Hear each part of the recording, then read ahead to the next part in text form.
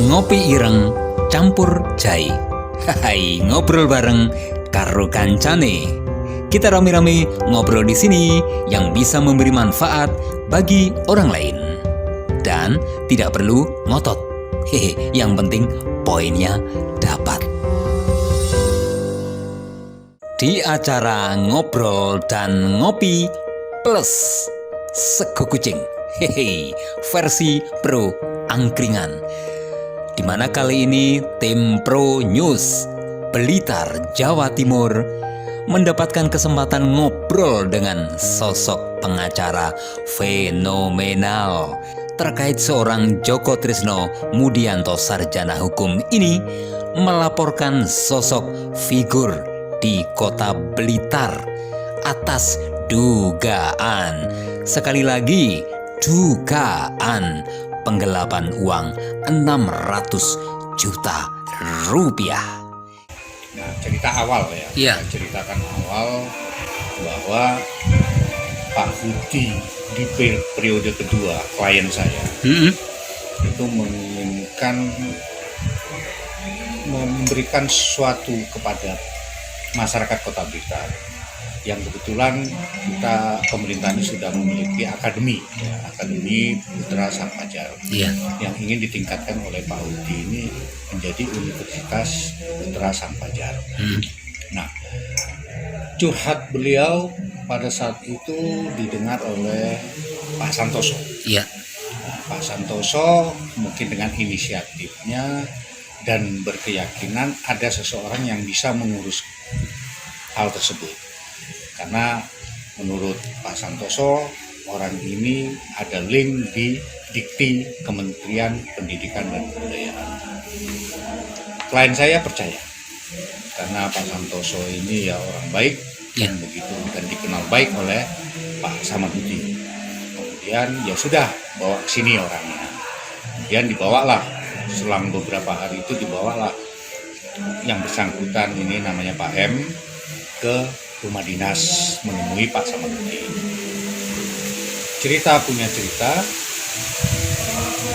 dan Pak Samadudi yakin karena di situ ada Pak Santoso, maka ditanyalah sampai berapa habisnya. 800 juta, Bos. Kalau 800 juta ya oke. Tetapi tidak semuanya akan saya berikan. Saya akan berikan awal nanti 600, sisanya 200 kalau SK-nya sudah turun. Tetapi ini saya pakai uang pribadi loh. Pak Budi sempat bilang gitu. Kalau nanti nggak berhasil, tolong uang saya dikembalikan. Karena ini uang pribadi, bukan uang APBD maupun APBD.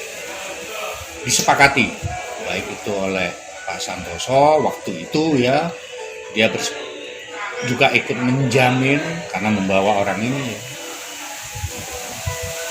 mampu untuk mengurus, sehingga disepakati selesai pembicaraan. Selang hampir 1 bulan kemudian kebetulan Pak Santoso itu datang bersama Pak Rudi waktu itu juga selaku sekda, dan di sana di rumah dinas ada Bu Nino. Kedatangan Pak Santoso itu mengingatkan kembali kepada klien saya, Bos, ini Muroji sudah di Jakarta, dia minta uangnya. Terus, uang duitnya di gimana kan? Nah, ya ditransfer kan gitu. Loh, transfer kemana? Ya ke rekeningnya Muroji. Sehingga Pak Santoso memberikanlah nomor rekening Pak Muroji. Lalu Pak Samadudi masuk ke kamarnya mengambil uang. Mengambil uang 600 juta dibawanya seperti begini. Diletakkan di meja, di sebelah kiri itu Bu Nino, di depannya ada Pak Santoso dan Pak Rudi. Di duitnya 600. Engkau lek nggak berhasil balik no. Kalau berhasil, yo 200-nya setelah saya terima SK. Kemudian uang 600 ini transferan itu nomor rekeningnya dari Pak Santoso. Bu Nino kemudian keluar dari rumah dinas. Demikian. Bu Nino itu siapa Pak? Bu Nino pada saat itu menjabat sebagai Kabag Umum pemerintah Kota Blitar. Iya. Kemudian Selanjutnya sampai 2017 itu ditagih kepada Pak Santoso, piye SKN Universitas Putra Sangpaja. Oh ya bos, nanti saya tanyakan. Jawabannya Pak Santoso seperti itu. Ya. Sampai 2018 hal tersebut terlupakan oleh Pak Samanhudi karena beliau kena musibah. Kemudian 2020 di awal bulan Mei, karena beliau sangat-sangat membutuhkan uang tersebut, sangat-sangat membutuhkan, meminta saya tolong ditagihkan uangnya yang 600 juta karena aku butuh duit cek. Ya, harus pakai kuasa dong, saya bilang. Oke, akhirnya membuatlah surat kuasa kepada saya yang pada saat itu surat kuasanya saya tunjukkan ya. Tanggal 11 Mei 2020. Ya, kalau begitu saya akan menagih kepada yang bersangkutan. Walaupun yang bersangkutan itu Santoso tidak menerima uang, tetapi uang itu ditransfer kepada orang yang dibawa Pak Santoso kepada Pak Samanhudi. Saya berusaha untuk tidak menyurati dulu, kepada Pak Santoso, tidak menyurati. Saya melalui teman-teman di Pemkot yang dekat sama Pak Santoso. Karena ini kita sama-sama teman. Sebelum ini nanti menjadi persoalan hukum, ini kan persoalan hukum murni, persoalan pribadi. Tolong dia ditagihkan ke Muroji supaya uangnya dikembalikan ke Pak Samanhudi. Bisa disebut Muroji itu siapanya? Pak Muroji itu pada saat itu adalah wakil rektor salah satu universitas di Kota Blitar. Karena beliau yang mengurus, ya ini kan pengakuannya di hadapan Pak Samanhudi bahwa dia mengurus universitas swasta di Blitar. Sehingga dia lebih meyakinkan saya pun bisa mengurus Universitas Putra Sangpaja. Tapi kenyataannya tidak ada. Nah, yang diinginkan oleh klien saya itu pengembalian uang 600 juta itu. Hanya itu yang diinginkan karena klien saya sangat-sangat membutuhkan uang tersebut. Kan begitu. Di samping itu beliau juga merasa malu kepada masyarakat Kota Blitar yang waktu kampanyenya menjanjikan mendirikan universitas dan akan mengkuliahkan masyarakat Kota Blitar yang terutama yang tidak mampu dan punya potensi, sehingga mereka harus menjadi sarjana minimal rata 1 minimal. Itu niat baik dari klien saya. Tapi kenyataannya sampai sekarang tidak. Dan saya pun sudah minta tolong kepada Pak Rudi untuk menyampaikan. Namun responnya tidak ada. Dan saya membuat surat permohonan informasi terkait pendirian universitas dan uang 600 juta kepada Pak Santoso. Namun jawabannya bukan kewenangan beliau. Karena ini kewenangannya Akademi Komunitas Putra Sangpaja. Nah, karena kaitannya Akademi sendiri tidak pernah menerima dan tidak mengetahui keberadaan uang 600, sehingga saya mensomasi Pak Santoso. Saya kasih waktu 7 hari untuk menjawab somasi saya, untuk menjelaskan perihal uang 600 juta dan mengembalikan. Namun 7 hari kemudian saya tunggu tidak ada. Masih saya toleransi tambah 3 hari. Kemudian saya somasi kedua, itu udah peringatan keras, kan begitu. Peringatan keras di bulan Juni itu juga 7 hari kemudian tidak ada tanggapan.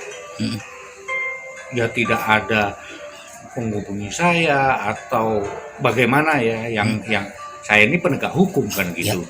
Surat-surat somasi ini kan formal. Kita layangkan dengan harapan memberikan jawaban pun secara formal kan. Namun tidak ada. Saya melaporkan kepada klien saya ini bahwa beliaunya tidak menanggapi. Kalau klien saya terus becek, apa ora dilapornya ya? Loh, bisa saja kita laporkan. Monggo kan begitu. Kita tunggulah. Mungkin dalam 1 minggu 2 minggu ini beliau berpikiran lain.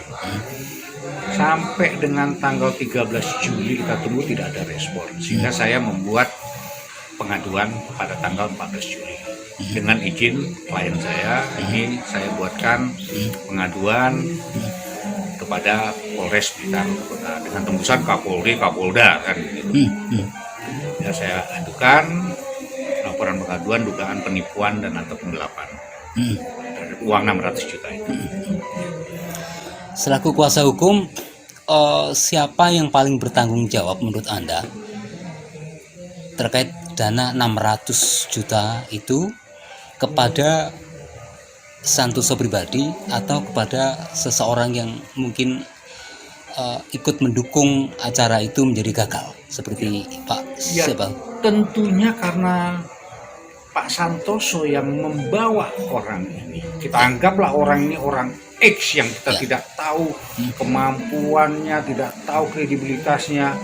Karena yang bawa itu adalah Santoso yang pada saat itu menjabat wakil wali kota. Ya. Ya. Sehingga Pak Samabudi yang pada saat itu selaku wali kota, dia percaya. Tapi ini kan adalah urusan pribadi karena dia menggunakan, klien saya itu menggunakan uang pribadi. Berbeda kalau menggunakan uang APBD. Ini uang pribadi, sudah disepakati sejak awal. Kan begitu. Mestinya yang bertanggung jawab itu adalah kalau kita membawa orang, tentunya kita bertanggung jawab. Kalau orang ini tidak mengembalikan, ya tanggung jawab kita mengembalikan. Kan begitu. Karena selaku penanggung jawab, tanggung rentengnya kan jelas ada, kan begitu.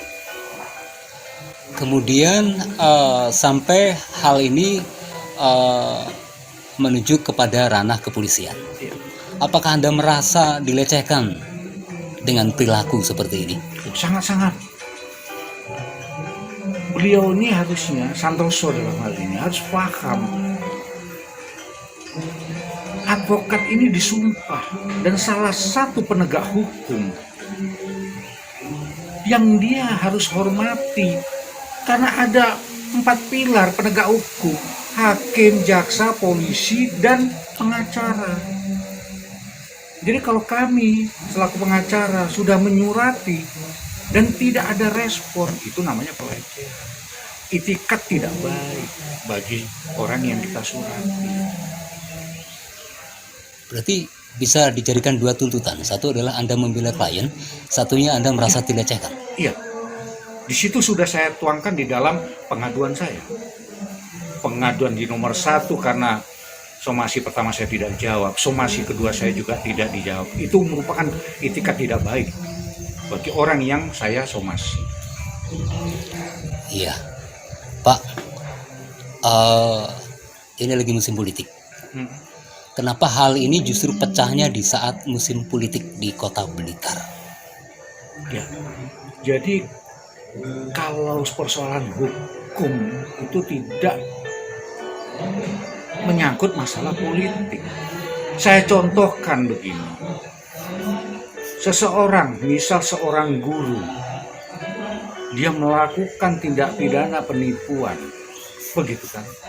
Apakah berdampak pada guru-guru yang lain? Atau seorang pengacara melakukan tindak pidana penipuan, apa berpengaruh pada pengacara-pengacara lain? Seorang politikus, dia melakukan penipuan, apakah berpengaruh? Itu silakan orang menilai, tetapi ini adalah urusan pribadi yang kebetulan saja persoalan ini mencuat di saat dan waktu yang memang sedang mau mengadakan pesta politik. Jadi mereka-mereka inilah justru yang mengangkat persoalan ini yang dipolitisir. Ini persoalan pribadi, jangan dimasukkan ke ranah politik. Kalau orang politik memasukkan ke ranah masalah hukum ini, ya berarti kan mereka yang menggeret-geret masalah politik. Ini masalah hukum biar selesaikan. Kalau saya seorang politikus pada saat itu, urusanmu, tanggung jawabmu. Kayak bupati, wali kota, gubernur yang ketangkap KPK di saat sedang mau melakukan pesta demokrasi. Terus apakah KPK ini juga salah? Lah ini yang melakukan tindak pidana korupsi maupun penipuan, Penggelapan. Iya, ini yang tanggung jawab pribadi, bukan institusi atau lembaganya. Beda kalau dia menggunakan atas nama lembaga. Itu yang harus kita pahami. Pak Joko Tris, apa yang Anda harapkan jangka pendek terkait masalah kasus ini kepada pihak lawan? Ya, kalau saya mengawal, jadi saya tidak ada lawan dan tidak ada kawan di sini. Dalam persoalan hukum ini ya kita tegakkan saja. Iya toh. Tegakkan hukum dengan benar. Jadi jangan lagi wah ini karena kawan, oh ini karena lawan. Tidak ada. Hukum ya hukum, kan begitu. Kami akan mengawal ini di kepolisian. Polisilah nanti yang menentukan apakah ini terpenuhi unsurnya atau tidak. Hanya itu. Oke. Dari pihak kepolisian, apa tanggapannya selama ini terkait masalah laporan Anda?